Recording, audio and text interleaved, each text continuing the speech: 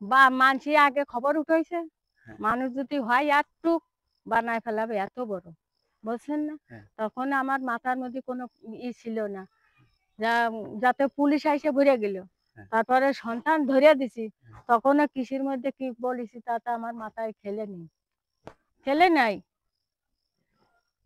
আমি হয়তো ভুল করে কইও ফেলতে পারি, মা সন্তানের চাই না যে মা সন্তানের খারাপ পথে নামাই দিই, আমাদের পক্ষে তো কোনো সাক্ষী নেই। তারপরও তারা 2-4 জনের যে কথা দিয়েছে ওই জায়গা, সেটা কি সত্য না মিথ্যে সেটা তো, তাই না? হুম। তা আমি চাই যে আমার পক্ষে তো কোনো সাক্ষী সবুত নেই, এখন আমার নিজের সাক্ষীটি হবে কি না হবে সে উপর আল্লাহ জানে, আর জানে আসলে আপনি আইন, কি বলতে আইনই চান? জানে। আপনি কি বলতে চান? মানে সাপোজ আপনি এরকম একটা অপশন রাখলো, আপনি আসলে কি বলতে চান? আমি তো আমি তো রান্না টান্না করি, খাওয়াই দাওয়াই দিয়ে আমি সব ভালো দেখে আমার মনিরা সবাই কাজে চলে গেছে, হুম সবাই কাজে পাঠায় দিয়ে তাই আমি এলো বাড়িতে কারেন্ট বিল দিতে গেছিলাম, বিদ্যুৎ দিতে গেছিলাম। হুম। তারপরও আমার পুতা বিটার বউ বলিছে যে দাদি আপনি কারেন্ট বিল দিতে যাবেন না, বেল 10টা বাজে গেল।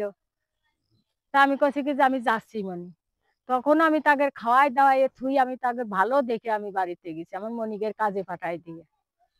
আসলে এই যে মানে এই ঘটনাটা এই বাড়িতে আর অন্য কেউ আসছিল?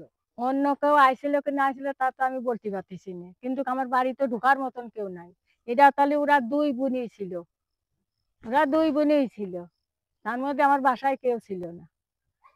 আমরা 4 জন 5 জন, যে আমরা 5 জনই চলে গেছি। তারপর ছেলে তো স্বীকারোক্তি দিচ্ছে যে কেউ ছিল না, আমি দোষী।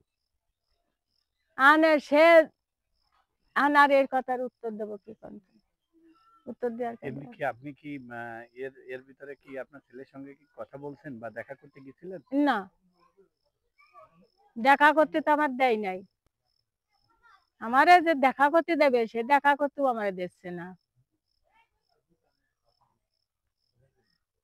আচ্ছা, আপনার ছেলে যে আজকে বললো যে আমি কোনো সাক্ষী দিব না, লিখিত কোনো কিছু দিব না, আমি আমার সাক্ষী নাই, কেন বললো এটা? সাক্ষী তো নাই, তা বলবি না তা কি করবে? সাক্ষী থাকলে তো বলতো যে আমার সাক্ষী আছে, আমাদের বিরুদ্ধে তো লোক নাই, পক্ষে আমাকে তো বেপক্ষ, আমাকে তো সবাই ফাঁসাই দিতে চাচ্ছে। সবাই ফাঁসানো বলতে কারে বোঝাচ্ছে? ফাঁসাই দেওয়ার জন্যই তো আজকে এই কপালে আমি এই কষ্ট নিছি। এখন আমি দাঁড়ে দাঁড়িয়ে ঘুরে বেড়াবো, দুয়ার দরে খাইয়ে বেড়াবো, আমার জায়গা নেই বাসা নেই, আমি মানুষের ঘরে মাথা দেবো, আমার আজকে খেদায় দিলে আমার কালকেই নামে চলে যেতে আসছে। এখন এই জায়গা তারা 2 বোনই ছিল, এখন তার হামিদার কাছে সব জবানবন্দি পাওয়া যাবে না। হামিদার তো জবানবন্দি তো দিয়েছে। আপনি সেই জবানবন্দি হামিদার যদি দেয়, তাছাড়া তো আমার বাসায় কেউ ছিল না, তারাই 2 বোনই ছিল। তা হিটু শেখের স্ত্রী ছিল না না, আপনার সেও বৌমা? কাজে চলে গেছিল, সেও মুসুরি তুলতে গেছে, ওই যে যে ভাইয়ের সাথে কথা বলতে যাচ্ছেন ওই ভাইদের মুসুরি তুলতে গেছিল। মুর্শিদ ডাউল। হ্যাঁ, আচ্ছা। মুসুরির গাছ উঠাতে গেছিল। বাড়ি আসলে কে ছিল ওই সময়? বাড়ির সব ওরাই 2 বোনই, এই যে জায়গা গেট লাগানো ছিল, তাহলে সবকিছু হামিদা তবে জানে। আপনি কিন্তু বক্তব্য এর আগে আমাদেরকে দিয়েছিলেন যে আহ, আপনার ছেলের সম্পর্কে আপনিও কিন্তু কিছু কথা বলেছিলেন। আসলে সেই সময়টা কি জন্য বলেছিলেন? আপনার ছেলের সম্পর্কে, হিটু শেখ সম্পর্কে আপনিও কিছু কথা বলেছিলেন, সেগুলা মনে আছে কিনা জানি না। আপনার ছেলের সম্পর্কে কথা বলেছিলেন, আসলে সেই কথাগুলো আপনি বলছিলেন, কারণটা কি? এর আগে আপনার ছেলের সম্পর্কে যে বাজে এরকমের স্বভাব আছে, এই কথাগুলো এরকমের বলছিলেন? করতে পারে, এরকমের আপনি বলছিলেন, যে আসলে এই তা তো কথাগুলো বলছিলেন কেন? বা মানসি আগে খবর উঠাইছে, হ্যাঁ মানুষ যদি হয় একটু বানায় ফেলাবে এত বড়, বলছেন না? হ্যাঁ তখন আমার মাথার মধ্যে কোনো ছিল না, যা যাতে পুলিশ এসে ঘুরে গেল, হ্যাঁ তারপরে সন্তান ধরে দিছি, হ্যাঁ। তখনও কৃষির মধ্যে কি বলেছি তাতে আমার মাথায় খেলে নাই। আমি হয়তো ভুল করে কইও ফেলতে পারি, মা সন্তানের চাই না যে মা সন্তানের খারাপ পথে নামাই দিই, তাহলে আপনি কি সেই সময় কি ভুল করে বলে ফেলেছিলেন?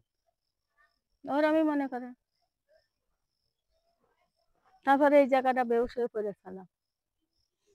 এই জায়গাটা বেহুশ হয়ে পড়েছিলাম যখন আমি মনিকে ধরে দিলাম।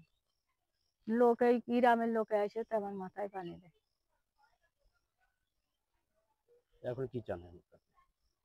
এখন আমার মনিকের কি হবে না হবে সে উপরে আল্লাহ জানেন, আমি কিছু জানি না।